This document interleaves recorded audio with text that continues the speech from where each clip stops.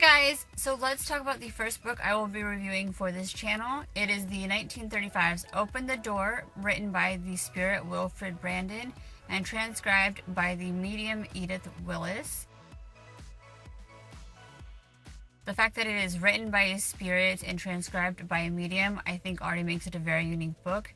But aside from that, it is actually a book I love a lot, and I have read it in its entirety, and I will be rereading it again so I can do the review with you guys. And my grandma did tell me that she wanted me to read all the books she left me multiple times so that I could take different things from it each time. So I am curious to see what I will be taking with me this time that I didn't last time. Also, I did want to mention that my voice is crackling a lot. My kids are both sick at home, and I think I'm finally catching whatever they've got. So my voice keeps going out, plus I've been talking all night at work. So I apologize if I sound really crackly, but hopefully it's not too mumbled and you can hear what I'm saying, alright? As you guys can probably tell, this is still a vehicle vlog. Unfortunately, I just really don't have the time to do these at home. Realistically, it just is easier for me to do these at work on my break. So I guess just bear with me for a little bit longer while I bust these out via vehicle vlogs. Also, I get the lighting and shit. Hopefully that won't be an issue too much longer, especially with the weather turning so crappy. It's going to be nice and gloomy, so it won't be so bright. Anyways, so back to the book. I've only gotten a little bit into it, to be honest with you.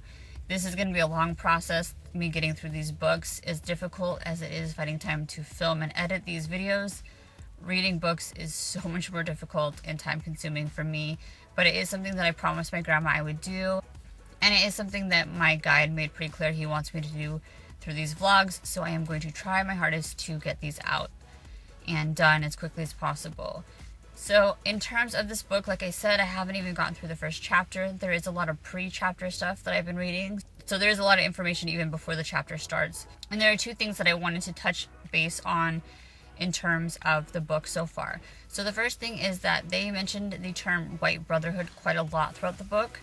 It did kind of catch me off guard. It may or may not bother you, but it is something that kind of just threw me back a little. In 1935, I think the term was different, a lot different than it is today. When I hear the White Brotherhood, my initial thoughts jump to white supremacists, KKK, anti-racial groups, that sort of thing.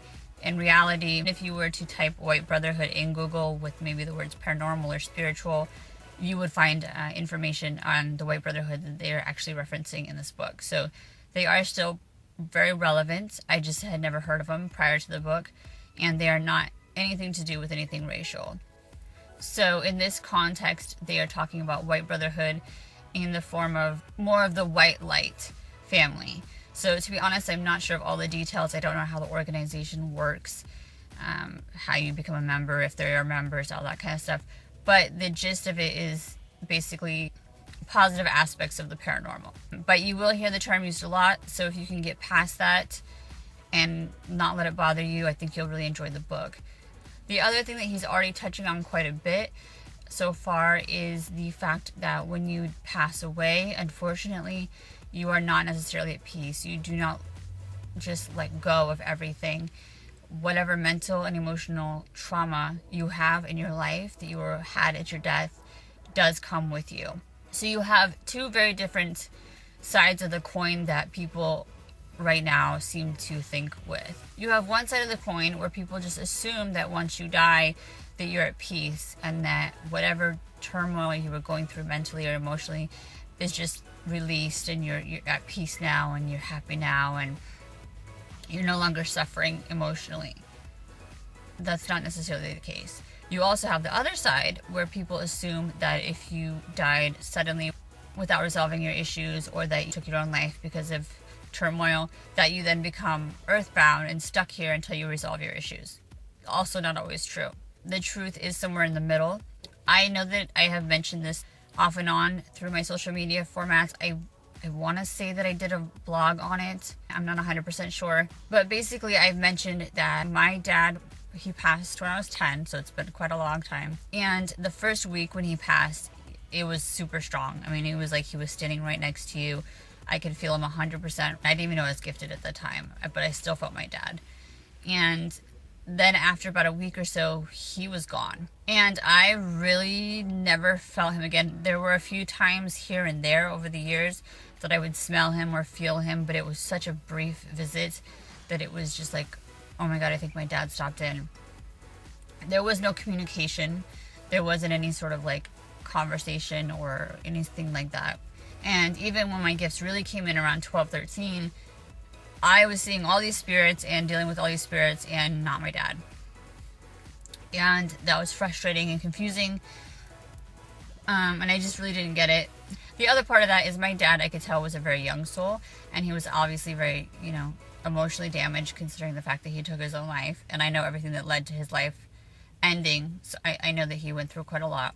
My grandma, on the other hand, was a very old soul. Very old soul. She was definitely gifted. That's where I got my gifts. And she passed in a way that she had time to prepare for. And I think that at her age and with everything she had gone through, she had pretty much made peace with everything that she needed to make peace with. So she didn't really have a whole lot of baggage when she passed. And again, she was a really old soul, so she kind of already, her soul had evolved quite a bit.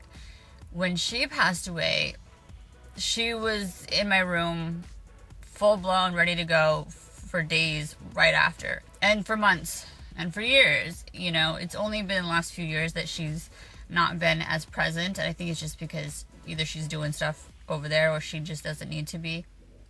But it was definitely even more confusing because here my dad had been gone over a decade and I still didn't have him as a very strong active presence in my life. But my grandma just passed and she's full-blown ox coming through. And it was at that point that my grandma and my guide had explained to me that when you pass away, you aren't done, that you have things to learn depending on your mental/emotional state when you passed, depending on how many lives you've had and how many lessons you actually learned properly through those lives. And obviously things like karma and deeds and stuff like that is going to determine how soon you can be earthbound with your family.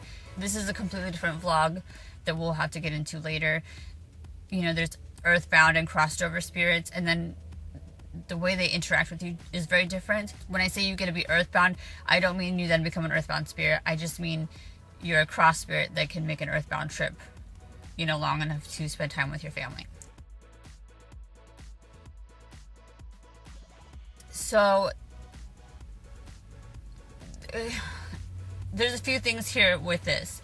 So the book uses war as a reference for a few reasons. One, because they see so much horrible stuff and they have to deal with so much emotional and mental turmoil.